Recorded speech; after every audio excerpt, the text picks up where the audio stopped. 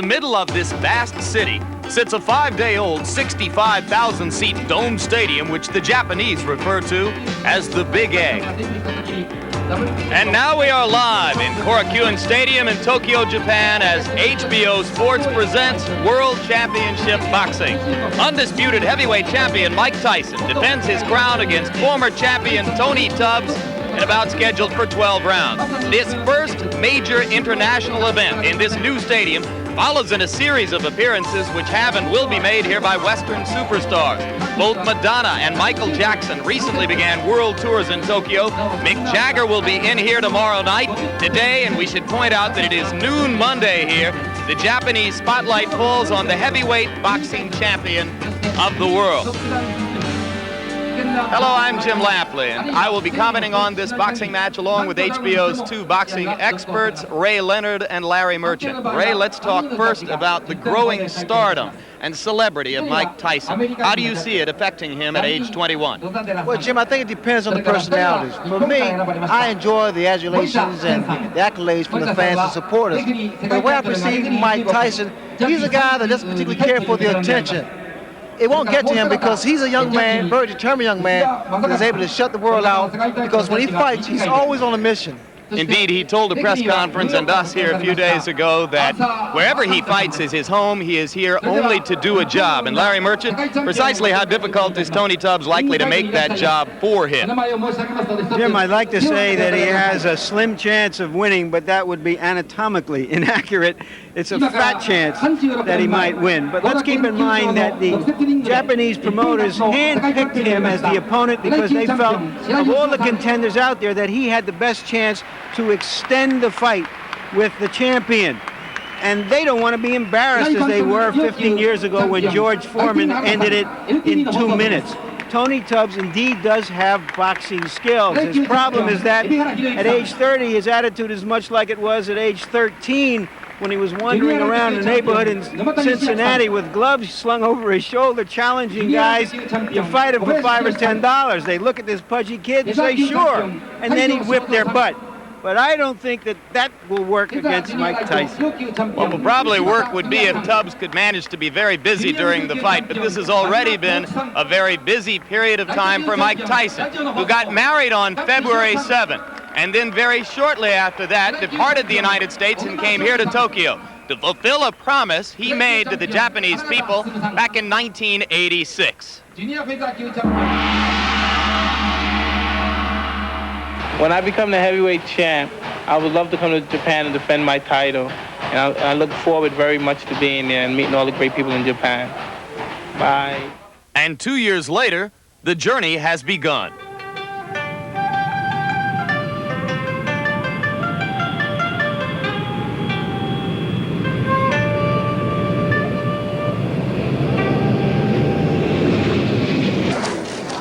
Not since George Foreman KO'd Joe Roman in 1973 has a World Heavyweight Championship fight taken place in Tokyo.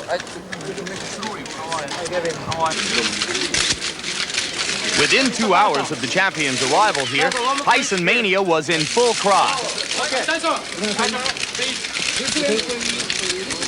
So I really would like thank you graciously to invite me to your country, and I look forward to giving you a good show. Immediately, the realization that the experiences of this fight would be like none other before it. No one speaks English.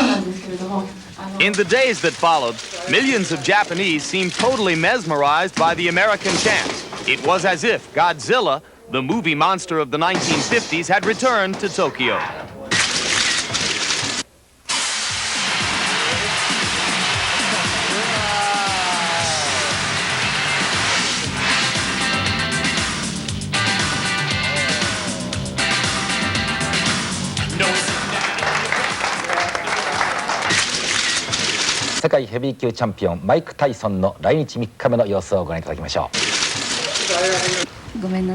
Here, the heavyweight champion's every move has been watched and followed. Even at 4 o'clock in the morning, photographers waited for the chase for one more picture opportunity. It's scary. I don't mind being the champ of the world. and getting the attention I get in America, but you know, this is a whole different dimension once you leave your country and you're a bigger star in other countries than you are in your own country. And I mean, it's frightening to me, it is, you know what I mean? Because I didn't never want to be a superstar. I just wanted to be the champion of the world. In the beginning, most Japanese knew little about Mike Tyson. But as each day passed here, he became exactly the center of attention he claimed he didn't want to be. そうですね。まあなかなかやはり世界的に名声を発するだけあって。マイク・タイソンはセクシーだと思います。Giant. He is a symbol of the United States. できればとっても素晴らしいマイク・タイソンと一度デートしてみたいです。めっちゃ強いに違うんかな。とにかく今世界の中で一番強いと思うけど。Even the children found a way to get into the action. So on the first day tickets went on sale, 80% of them were sold. 想像した以上にすごかった。 Whether an autograph, a photograph, or just a brief touch, everyone wanted a piece of the champion destroyer from the West. I don't feel bad. I feel like I left Earth and went to another planet. I never experienced anything like that before in my life. Around a bunch of people just floundered around me, and I was so excited to just be around me. It was an experience I don't know if I'll ever experience again. I feel everyone should know who the world champion is. And in my mind, before I ever traveled to another country to fight in a world championship contest, I thought, yeah, everyone should know the champion of the world. But God, man, I would have took second thoughts if I knew it would have been like this. And this was just the beginning. The new bride's arrival only added more fuel to what was already the hottest story in town. But the biggest story was the day Mike Tyson met one of Japan's greatest sumo wrestlers, Konishiki. Outweighed by 300 pounds, Tyson was hardly the heavyweight in this ring.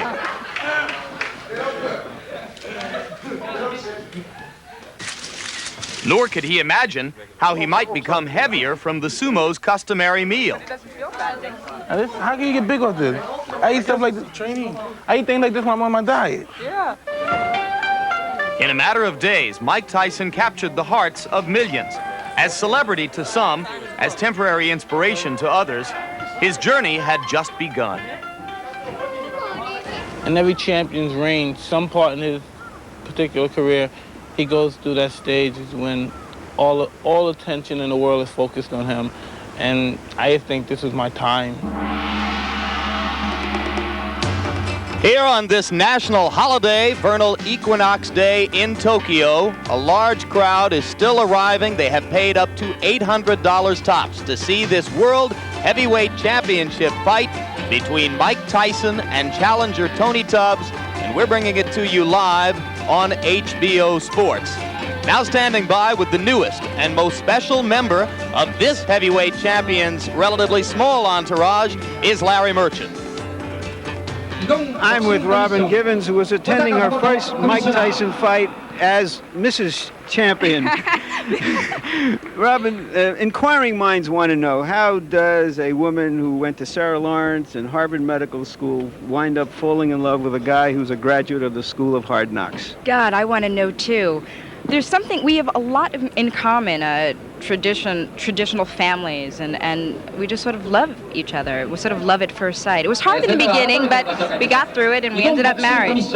Conventional wisdom in boxing would be that marriage will somehow soften up the champion and make him vulnerable for a challenger. I've been hearing a lot about that. I'm getting blamed for everything. I don't know. Michael was talking the other day, and he was saying a middle-class person couldn't be a fighter. A fighter has to have known struggle, enabled him to have learned the art of boxing. Michael knows the art of boxing. Hopefully, I'll give him some sort of peace of mind, and that'll enable him to perfect this art. And I'll love him to death. I'll do the best I can. Thank you so much, Robin. The odds makers say you will enjoy the fight. Just one historical social note. Heavyweight champions Jack Johnson, Jack Dempsey, Muhammad Ali, Joe Louis, all married early and often, and it never hurt their careers. Now let's roll out the challenger, the man who wants to end this honeymoon. He does have more ice cream than fire in his belly, but he also really has the stomach for fighting.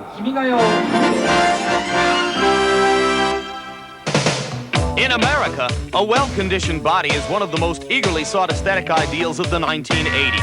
Everywhere we look, we are reminded of it. Experts tell us how to lose weight, how to tone up, how to exercise, what to eat. Most of us suspect we're only a book away from looking marvelous. Sports television channels jump on the exercise bandwagon with numerous aerobics programs. Still, there are a few who contend that bigger is still better. What would Christmas be without a roly-poly Santa Claus? Even in sports, there are exceptions, like the sumo wrestlers of Japan, who haven't missed a meal in years. And that kid from the Windy City, the American sumo. What's his name again? But in professional boxing, it's generally seen as a fighter's responsibility to enter the ring in the best shape possible. Not being in shape has been a criticism that has haunted one Tony TNT Tubbs throughout his career. Back in 1985, Tubbs won the WBA heavyweight title with a decision over Greg Page.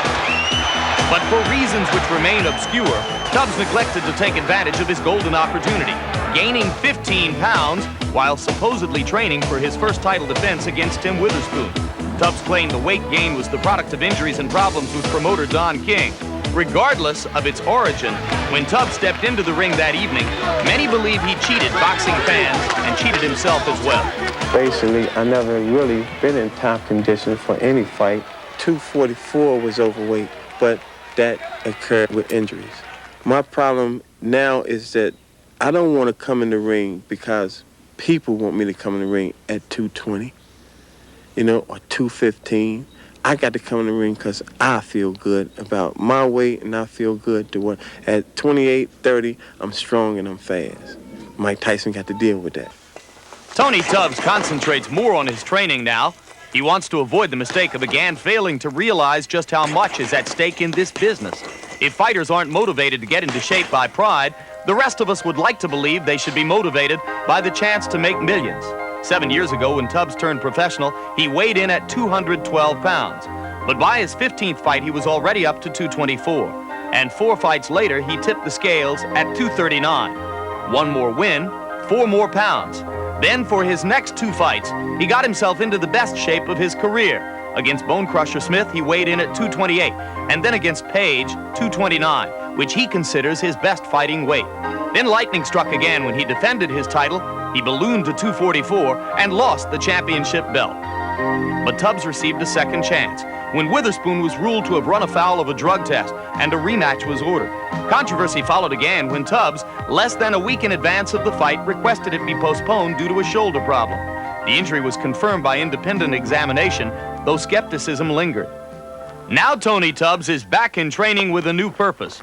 Even before this bout with the gym began, he was working on shedding weight with the help of former bodybuilding champ Lou Ferrigno. And most recently, he's been given even more incentive by the alleged $50,000 bonus to come in under 235 pounds. I know physically I'm in shape. 230 is my weight. 229, 220 is a plus. But I'll be 230 and hard. Physically, you'll be seeing the new Tony Tubbs. When I step in the ring, everyone say, wow, look at that cat. And the thing about it, once I start putting the moves down on Mike Tyson, I won't change. You know what? This fight might not be hard as y'all think it's going to be, because Mike Tyson is only good for what he can hit. For Tony Tubbs, a chance for redemption is near, but there are new stakes. If he fails to enter the ring with his mind and body 100% prepared for Mike Tyson, this time it could be hazardous to his health. I know right now that I am one of the best heavyweights in the world. I can box better than any of them, and I ain't taking no back seats to none of them. I'm not even taking a back seat to Mike Tyson.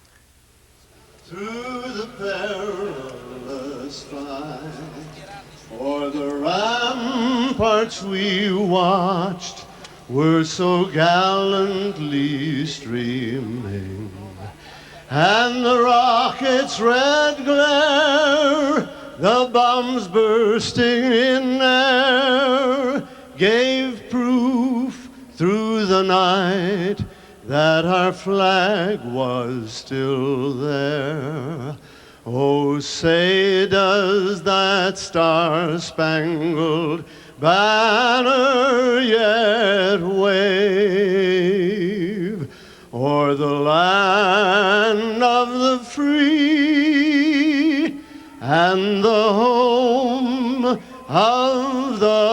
the brave.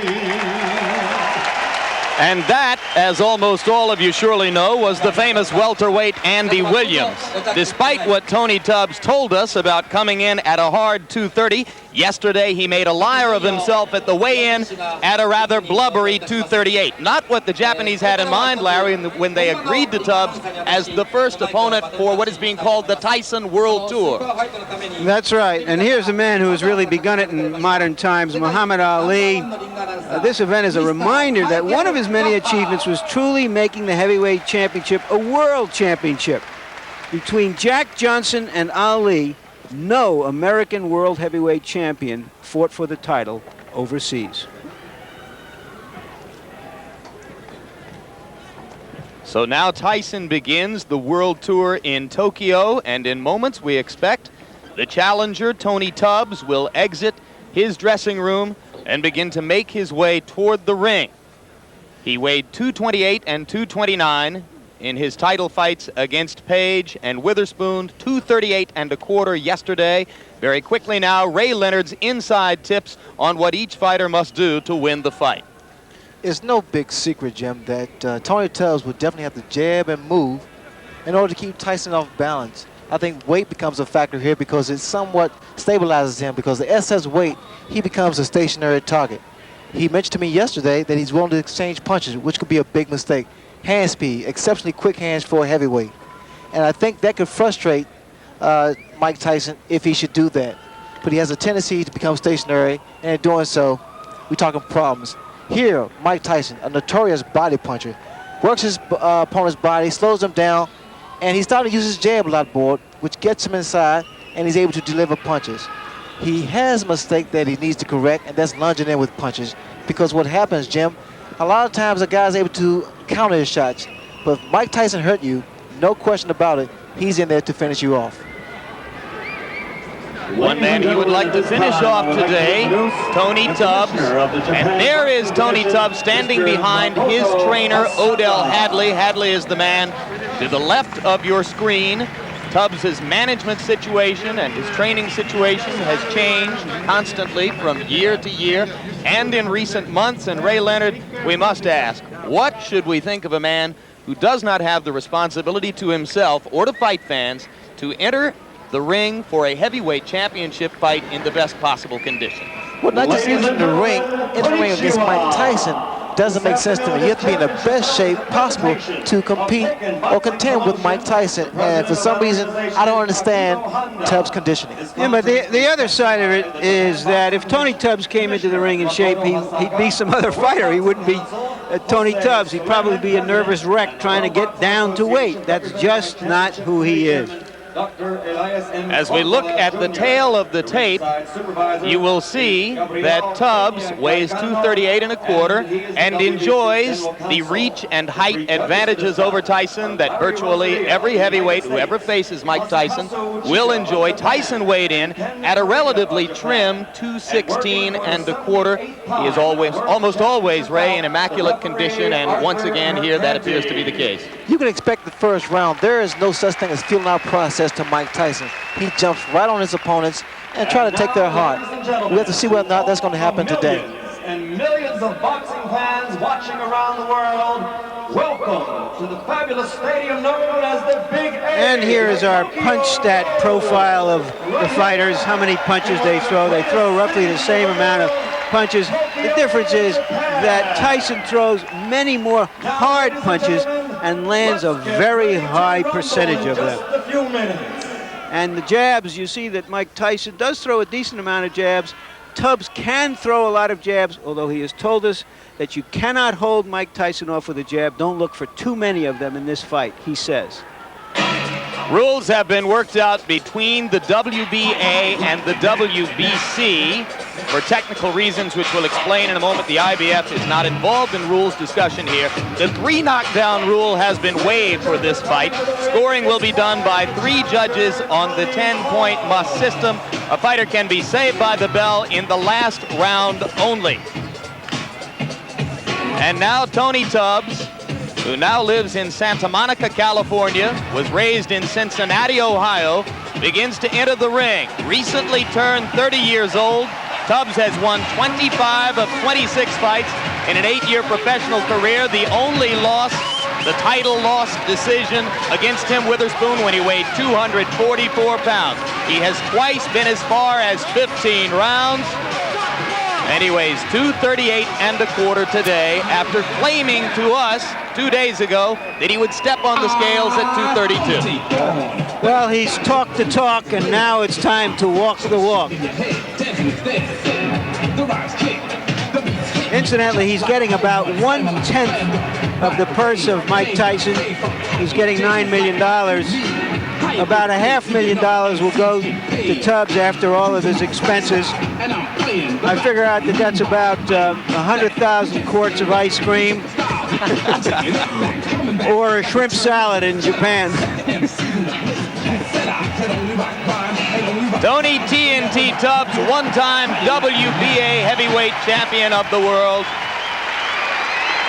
And now a challenger, and the first challenger for Mike Tyson on what is being billed as the Tyson World Tour.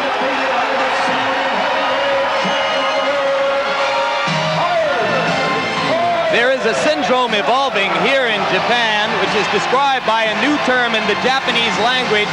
It is called gaitare. It refers to foreign celebrities who are brought here by the overwhelming economic power of the yen currency as opposed to other world currencies. Now joining Madonna, Michael Jackson, and Mick Jagger as gaitare is Mike Tyson. And the interesting thing here is we were led to believe that the Japanese fans would view this more as a show, and that they sit on their hands a lot. But they are truly as excited as people led us to believe they were underneath their impassive masks. Of course, if you have seen Tyson before, you are aware of what is called the gladiator look.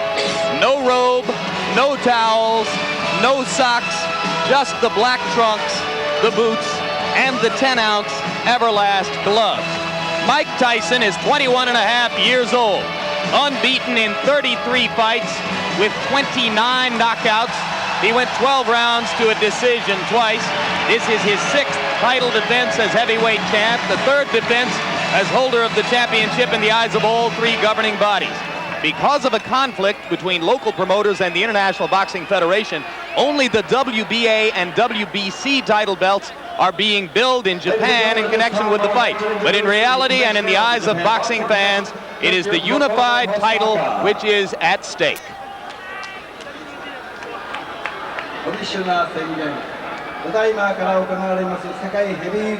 And right now, let's go up to our ring announcer, Michael Buffer, whom the Japanese promoters have flown over from Philadelphia in the United States. Michael Buffer will deliver the pre-fight introductions.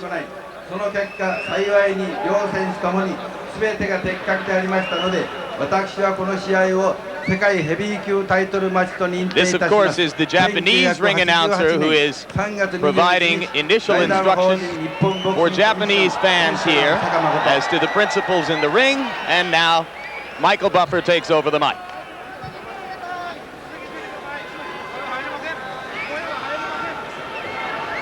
And now, ladies and gentlemen, konnichiwa. Good afternoon. This championship bout is a presentation of Taking Boxing Promotions, President Akiko Honda. It is sanctioned by the Japan Boxing Commission, Commissioner Makoto Hosaka, and the World Boxing Council, President Jose Suleiman.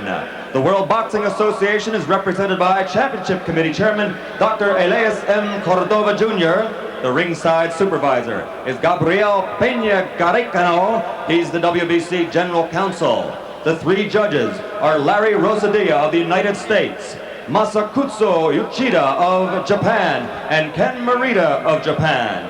And working for the 78th time in a world title bout is the referee Arthur Mercanti of the United States.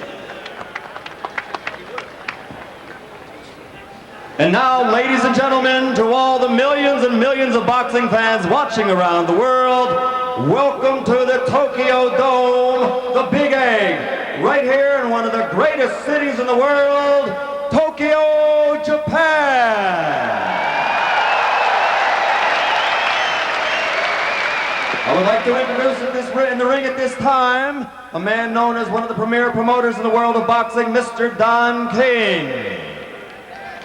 And now, ladies and gentlemen, let's get ready to rumble! 12 rounds for the heavyweight championship of the world. Introducing first, fighting out of the blue corner. He's wearing his boxing trunks and weighing 238 1/4 pounds with a professional record of 24 victories, 15 by knockout, and only 1 defeat. From Cincinnati, Ohio, he is the second-ranked heavyweight in the world and a former heavyweight champion. Ladies and gentlemen, the challenger, Tony TNT Thorne.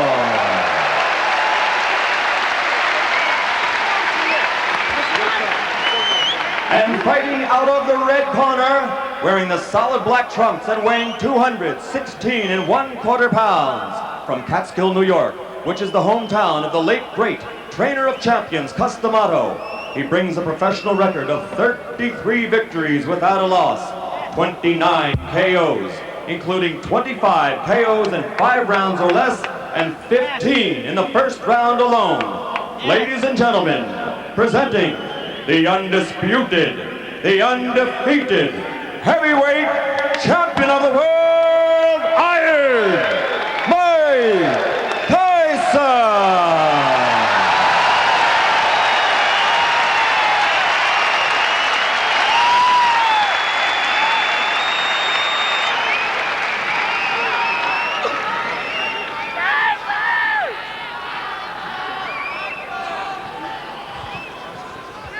Mike and Tony, you both received instructions earlier in the day, and therefore you know the rules. I wish you both an awful lot of luck now. Return to your corners to await the starting bell. Good luck. That's Arthur McCanty doing his 6th heavyweight championship fight, his 78th world championship fight. Tubbs says he knows how to fight.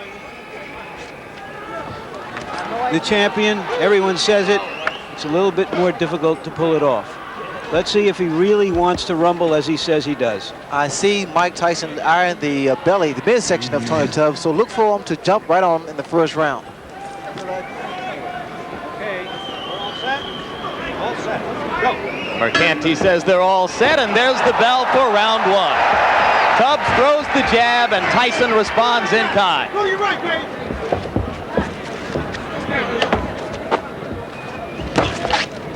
A lot of fighters find it difficult to set Mike Tyson up because Mike now gives a lot of head movement. All right, break. I say break, stop, break.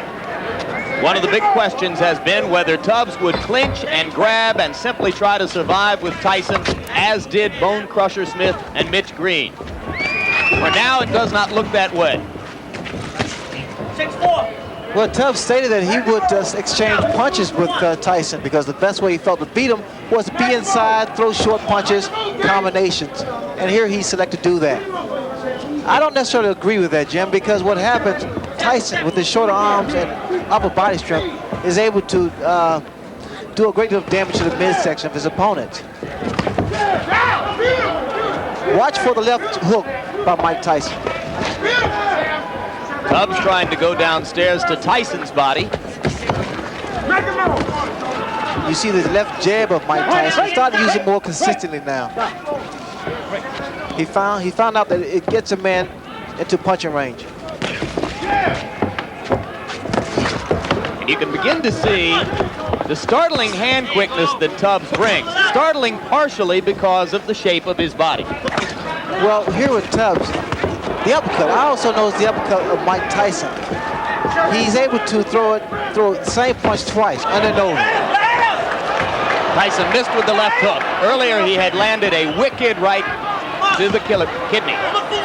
Look for a looping right hand by Mike Tyson because that's the punch I see that Tubbs is vulnerable to.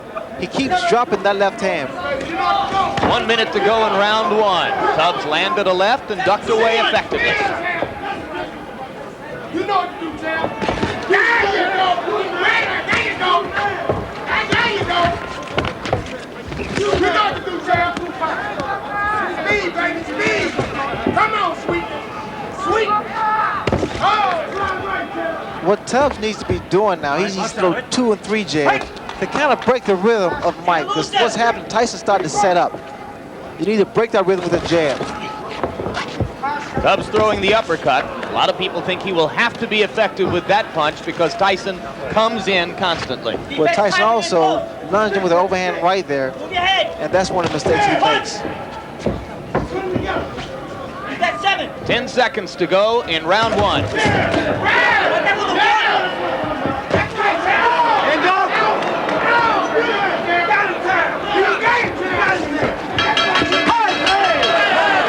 One punch after the bell, and now Mike Tyson returns to his corner. I thought Tubbs fought a very effective round. I gave him the round. He landed some hooks, and he went to the body as promised. Remember, he told us that nobody has gone to Mike Tyson's body so far.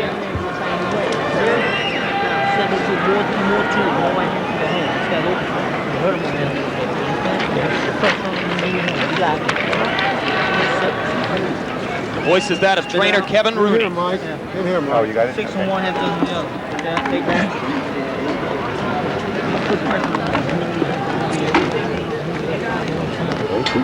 If I make a move forward, move to the right now.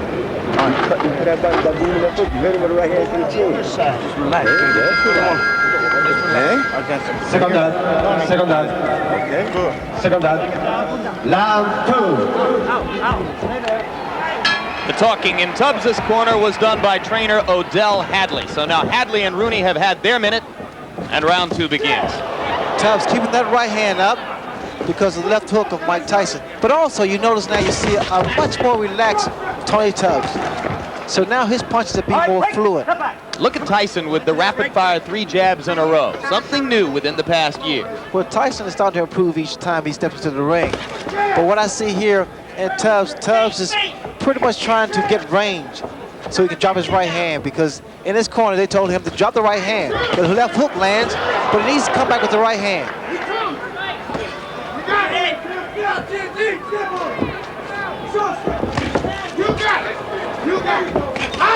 There's the right hand, Jim, I had spoken earlier about. You must give Tyson angles.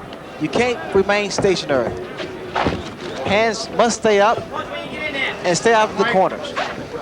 But indeed, Tony acknowledged in talking with us, Ray, that you couldn't finesse Tyson completely. You have to be willing, as he said, to fight him. Well, you saw that double punch with one hand, sort of a bolo type punch. And those are the type of punches that do a great deal of damage because the body shot and then the uppercut raises the chin up, and then the left hook comes into play. Good uppercut by Tubbs inside. Snap Tyson back a little.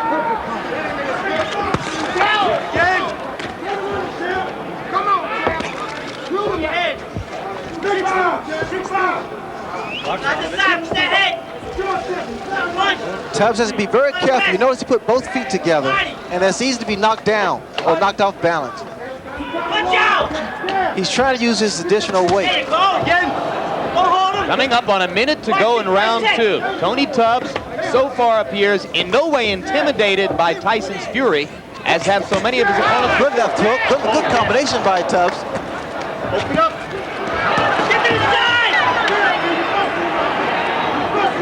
You know, Tubbs just trying to gain respect, and I think he's done that.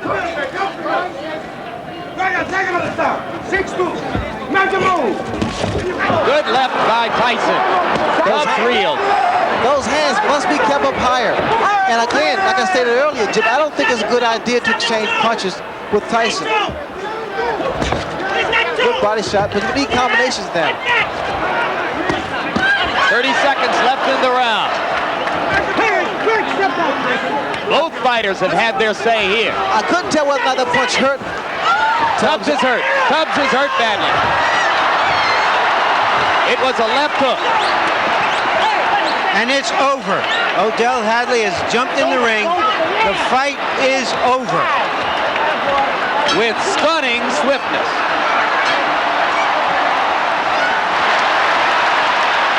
And the fans are enjoying.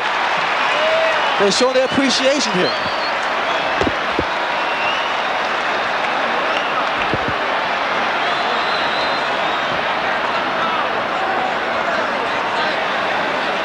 Remarkable. The tide of this fight changed within 15 or 20 seconds. Well, that's what a great puncher can do. The boxer is thinking all the time, and the puncher is punching all the time. The only thing I can say now is that if you thought that whale hunting was outlawed in Japan, we just saw that Mike Tyson hadn't heard about it.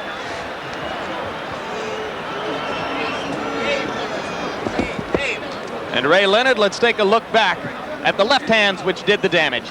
Well, Tyson now starting to find his range. That left hook there pretty much spoke for itself. It's self-explanatory because it was a short and powerful left hook that put Tony Tubbs down. And here Mike still showing that he is a good finisher. Tubbs had already been reeling a bit before that point as the result of a short right against the ropes. What was happening actually was that Tyson was wearing down Tubbs because Tubbs tried to stay inside and fight Mike Tyson's fight, which I thought was a mistake. Heavyweight champion, Mr. Mike Tyson. Once again, that's short left hook. And for those that say Mike is not really a one-punch knockouter, I think they need to look at some films again. Mike has enormous strength and great upper body power. Early now in round 2. That was the punch against the ropes that really started things off. I said a right, it was in fact a left right on the forehead. But you can appreciate the power of Mike Tyson because that punch hit him on the temple, and it wasn't really a 6-inch punch, it was shorter than that. So Tony Tubbs becomes the latest in the string of victims. Tyson's 30th knockout in 34 times in the ring. And the Japanese, who were so disappointed 15 years ago by George Foreman's one-round knockout of Joe Roman, got about 2.5 minutes more this time. But Jim, you also have to commend the corner of Tony Tubbs because they was in there for the welfare of his safety because they saw the power of Mike Tyson and they saw that the man was hurt and was indeed down. Interestingly, Ray, one of the things that Tubbs had seemed to demonstrate throughout his 26-fight career up to that point was a pretty good chin. Well, he has a very good durable chin, but again, that's Mike Tyson there. And right now, let's go up to ring announcer Michael Buffer for the official statistics on this one. Ladies and gentlemen, here's the official time.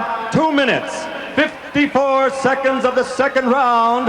The winner by knockout victory. Now 34 consecutive victories.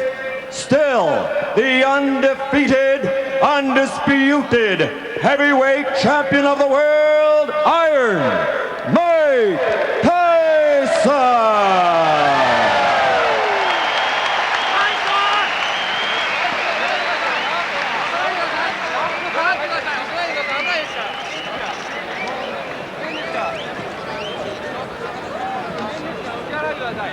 Well, Ray Leonard, Tony Tubbs himself, as it turns out, said it best in a press conference a few days ago when, in sarcasm, he said to the audience, "I'm the tune-up, the big fight is in June." As it turns out, he was exactly right. He was the tune-up, the big fight is in June. What did Michael Spinks see today that he will have to worry about on June 27th? Well, I'm sure that Michael Spinks saw the power of Mike Tyson and that Mike Tyson is indeed getting better and better, more patient and more destructive in a sense. And right now, that young man is with Larry Merchant, so let's go straight up to the ring.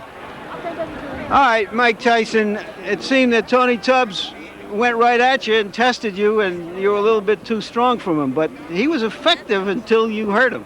Well, he was effective because I planned it that way. I was looking for the opening because I planned for him to run, and then when I saw he came such a easy target to hit, I was just planning and planning. And he had his hands up very high. I was surprised that he had his hands up so high. And so I started hitting to the body and bringing it up in the middle. And then as soon as he brought his hands down, I saw his eyes and I aimed right for his eyes. He said that nobody had ever gone to your body before and he wanted to try you there. He did hit you a few blows there. Did he hurt you at all? Not distract at all. You even? Not at all. My mission is to go and destroy and not to let anything get involved. If you get punched, you get hurt. I refuse to be hurt, knocked down, and knocked out. I can't lose. I refuse to lose.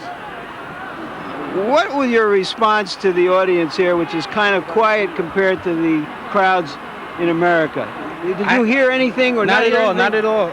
I knew there were people scratching me when I was coming through, but I had such an intense tunnel vision. My objective was just to get in there and get my hands on my opponent. When he didn't come out moving and jabbing and doing those kind of things, what was your first thought about Well, that? I said, well, this is going to be a complicated fight. It's going to be a fight. He came to fight. And, you know, and for the last moment, I prepared for him to just come out swinging because Kevin said he's going to come out and try to rough you. Did he at all try to rough you up? Absolutely. I felt the tip of his glove around my eye. I don't know if it was the thumb, but in fighting, you're in a hurt business. You can't complain. And he was there to complain. Is it just a question, do you feel, that no matter what anybody's plan is, that your power will negate any plan? Plan is better. The objective is to win. We don't fight by book technology or anything. We come to fight the authentic way. When you see a man come out and he's obviously that out of shape and heavy, does that lull you in any way in the first round? Not at all, not at all. That was his prerogative to come out the way he did. My job is to finish him off. You see, if he would have went 10 rounds, 6 rounds, 7 rounds, then someone could say something critical towards my performance. But he came out a tough performance. He didn't come like a guy that just came to pick up a payday. He got hit with a solid shot. It looked like it was above the eye, but I tried hitting exactly in the eye. And he took a great shot and he went down. But if he would have lasted 6 or 7 rounds and he was out of shape, then you could criticize me. But he came to fight. And if anybody could criticize that he was out of shape, I did what's supposed to have been done to a person that was out of shape. I got rid of him quick. This is your first fight as a newlywed. Were you thinking about that at all? Did you want to put on a special performance in any way? Not at all, because when I'm in the ring, I'm objective, tunnel vision, and it's just, this is my world in here.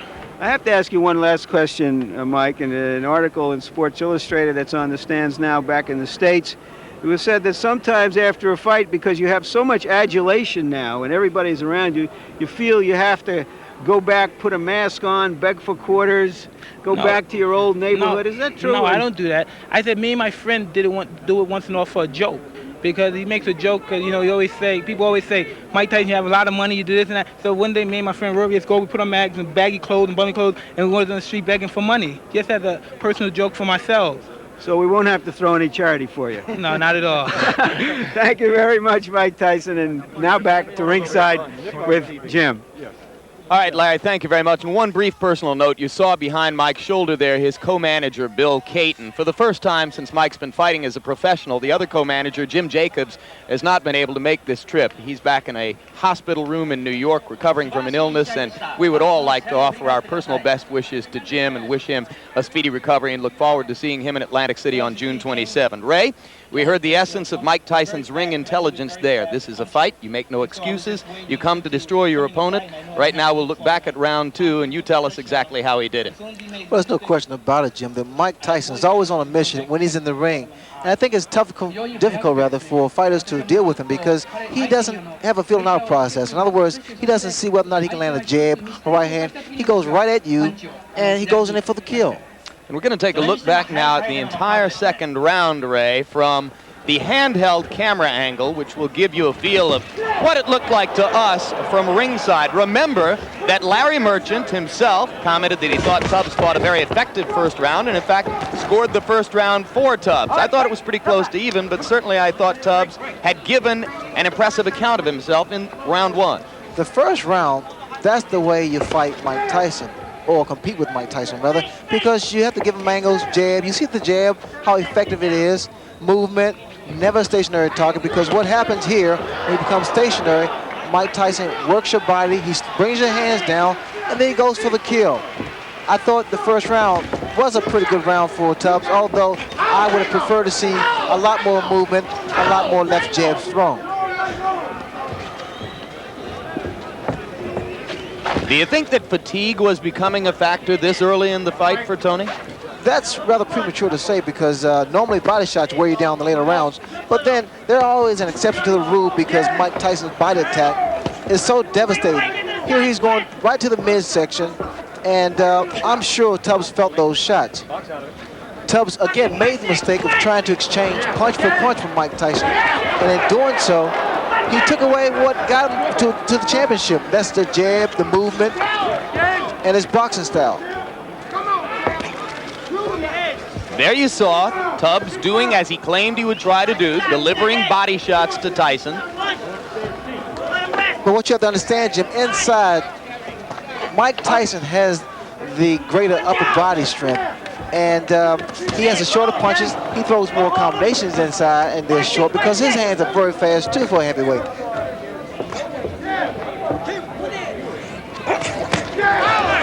There was a good short left inside by Tubbs. But you also see the power of Mike Tyson because always after Tubbs delivers his combination, Tyson retaliates. And indeed, that's the problem of bringing the strategy that Tony said he would bring. You've got to fight with Mike Tyson, but then you give him a chance to do his thing. Look at the short shots that Mike hits his opponents with.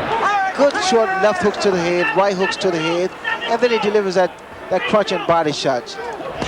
Not a lot of movement from Tubbs, although Tubbs now is trying to get some respect from Mike Tyson. I love that combination there with the same punch, same hand. The right to the body and an uppercut, right uppercut. Here, I see that Tubbs is wobbly. He's ready to go here. So Tubbs winds up as a fat bug on the windshield of Mike Tyson's career. And indeed, Larry, as time goes on, we are likely to have opportunity after opportunity to continue to place Tyson in historical perspective and into proper perspective in the modern boxing scene. Your thoughts on what you saw him do with Tony Tubbs today? Well, I think it just basically it confirms the fact that while he may not yet be classified as a great heavyweight champion, that he's certainly the most precocious young heavyweight that there ever was in boxing. He's still younger than any other person has ever become the heavyweight champion, and yet he's not yet 22 years old. I imagine he's going to be awfully good for the balance of payments in America as he excuse me, travels around the world, because people around the world do want to see this American phenomenon. And of course, all of that, Larry, presumes that he can get by Michael Spinks on June 27. Did you see anything here which alters your perspective on the Spinks bout? Well, the only thing I've seen here that would affect the Spinks fight would be that Michael Spinks knows, if he ever had any idea of staying inside with this guy, that he's got to just stay away from him and hope to frustrate him and make him a little wild and crazy and tentative. And then jump in as he is wont to do. I have great respect for Michael Spinks as a fighter, but against somebody who is as young and strong and especially as fast with his hands, with his feet, and even with his mind. He adjusts with his mind. Not many 21-year-old fighters can do that. I don't see any hope for Michael Spinks or anybody else out there that we know of at this point. That's a pretty strong statement. Larry has just said that he sees no hope for Michael Spinks, who is an undefeated fighter, who once held a legitimate heavyweight championship of the world in the eyes of one of the three governing bodies, who is still seen by some as a people's champion because he twice defeated Larry Holmes. Where do you stand on the Spinks versus Tyson question at this moment, Ray? Well, I think that Michael Spinks will have to be innovative in order to defeat Mike Tyson. Naturally, watching his performance tonight reassures him that it's not a good idea to stand inside with Mike Tyson. Michael Spinks, his style is so unorthodox, and his movement will pretty much help him out a great deal, because if he selects to stay inside, Jim, he's asking for problems, because Michael Spinks is indeed a very intelligent boxer.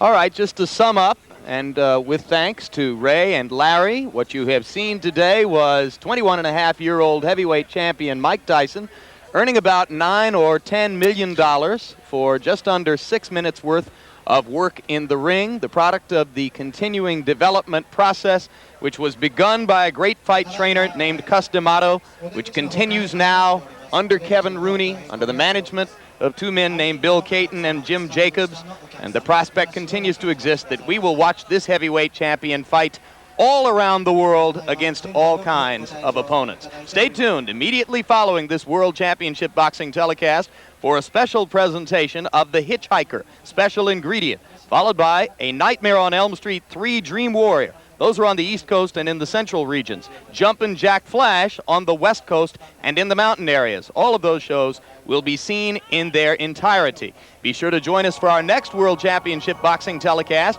when WBA welterweight champion Marlon Starling takes on Mark Breland in a bitter rematch, and WBA lightweight champion Julio Cesar Chavez defends his title against Rodolfo Aguilar. An exciting doubleheader on Saturday, April 16, right here on HBO. So for Larry Merchant and Sugar Ray Leonard, I'm Jim Lampley, saying so long now from Tokyo, Japan.